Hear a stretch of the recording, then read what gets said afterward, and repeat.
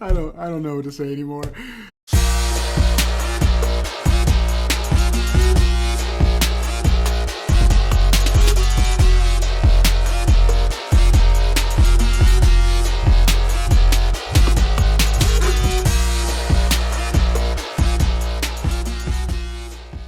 Hey guys, welcome to the Not So Serious Life.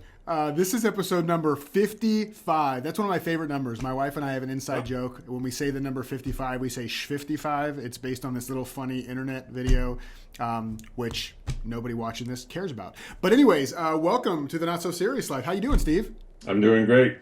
How about you, Jason? I'm great. Michigan State Spartans, any good? Well, pretty good. Yeah? Is that okay? Are you doing one of those things where I should know this because they're like the best team in the world? No, they're not the best team in the world. But I'm doing something that Tim Allen used to do when he was on his TV show. And every episode, he would wear a different Michigan college shirt. He would wear University of Michigan. He'd wear Michigan State Spartans, the Western Michigan Broncos, the Chippewas from Central Michigan. You know these teams, of course.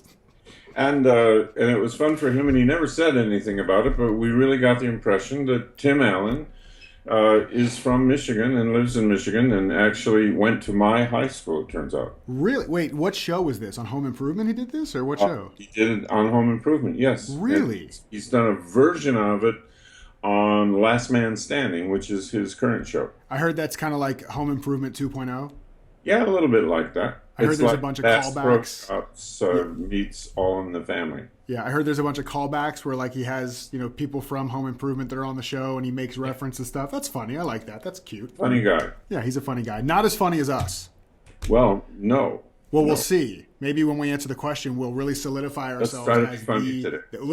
Let's try. 55 episodes. I think now is the time to try to be funny. Let's open it up. Okay, let's try. Okay, so today's question comes from Cleatus. Cleatus. That's the first time you've had a Cleatus, which could be a verb, like somebody that's wearing cleats. If they kick you, it's never mind. Okay, so Cleatus says, "How do I get my spouse to stop training our kids to be victims?" He says, "My wife is a reactor from a family of reactors." As long as we're not being judgmental, that's good. "I watch her unconsciously train my kids to be reactors. What are your best tips to deal with this situation?" So Cleatus asks, how do I get my spouse to stop training our kids to be victims? Now you have something I don't have, Steve. Well, you have a lot of things I don't have. One of the things though is kids. So I would love for you to take this one first and then I will pretend afterwards. Well, first thing I would say to Cleatus, and there was a great baseball player by the name of Cleet Boyer who played for the St. Louis Cardinals. So maybe Cleatus was named after Cleatus Boyer. Possible. One thing I would tell Cleatus is that it's actually good for a child to have different kinds of parents with different approaches. And if the more he relaxes about how his wife is being with the kids, the more he makes that's just okay. That's one experience of life they're learning. And it's not going to harm them. And she's really not training them, because the child will often, you know as well as I do, that children often shape how they live based on not wanting to be like a certain parent. That's true. And so they'll react and say, I don't want to be like mom. She complained about everything. I don't want to be that way. So he's assuming that it's harmful for the kids to be around that kind of approach to life. And my recommendation is he reconsider that and leave that alone. Really? Leave it alone? Leave it alone. Interesting. I would have never thought that would have been an answer that you would give, but I get it. I hadn't thought of the way you're saying. I guess one of the things I'm curious about too, and maybe you can tell me this, Steve, is my thought is that training kids is really not as big of an influence as the example that the parents actually set. So like a mom going and saying, kids, do you see what happened? This is horrible. This should have never happened, is probably going to land a lot less than the kids just watching the mom when she doesn't know she's being watched. So I guess the reason I bring that up is because if the mom does react this way on a normal basis and dad maybe responds in a different way that's more like an owner or a self-leader, then great. Then like you said, they have two different experiences and they can pick which one feels better. And if it seems more effective, if the kids say, oh, well, the way dad takes care of stuff, it looks like he's not as angry when he does his responses, and it looks like he's okay faster. It looks like he doesn't get too bent out of shape. I like that better. I like the way I feel when dad reacts more than I like the way I feel when mom reacts. So I guess the key here is that kids are pretty smart. And if we can give them an experience, both experiences, they'll choose, right?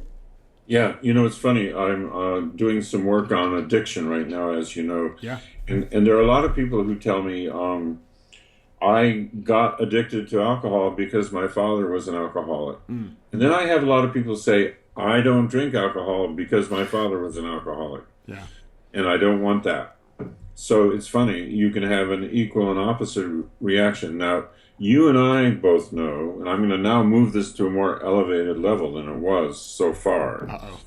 You and I both know that parents and children are put here for comedic material. Yes. And I know you derive a lot of wonderful comedic material from your experience of your mother, who, according to your stand-up act, had a few victim tendencies of her own. True? She did. She did. And you're right. Like, she taught me such a beautiful lesson in like what that looks like and what that feels like. And it allowed me to say, hey, okay, I think I want to try something else.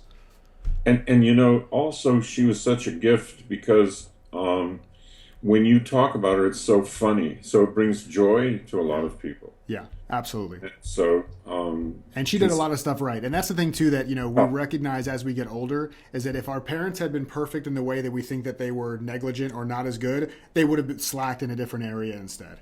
So nobody's perfect. So it's good for us to realize that. But so the thing I'm also getting from you, Steve, is that he should not try to teach his wife not to be a reactor. Is that right? Because then his kids see him as being angry at his wife, making his wife wrong. Yeah.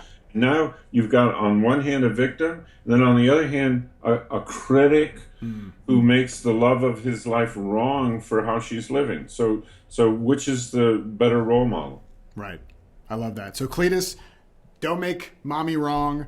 Let her do what she's doing. Relax, chill out. You control your own response to things. So if you think there's a different way or a better way to be, great. Act out in that way. And the kids will see both, and they'll make a choice one way or the other. So they're not going to be damaged based on this, I guess is what Steve is saying. Not at all. Good stuff. Awesome. Well, thank you very much for sharing that and for letting me off the hook since I don't have kids, but I thought it was a great question anyways. Cleatus, thank you for your question. And as always, guys, send your questions into questions@thenotsoseriouslife.com, including if there's a Michigan team that Steve did not mention when he gave that whole laundry list of amazing Michigan, the Chippewa. Anyways, and don't forget, yeah, of course. I mean, who doesn't love the Chippewas and their amazing star first baseman? Don't go there. And don't forget to go to our website, thenotsoseriouslife.com, sign up for our inner circle, and get a lot of gifts and goodies. So lots of love to you guys. We will see you very soon on The Not So Serious Life. Peace out. Bass.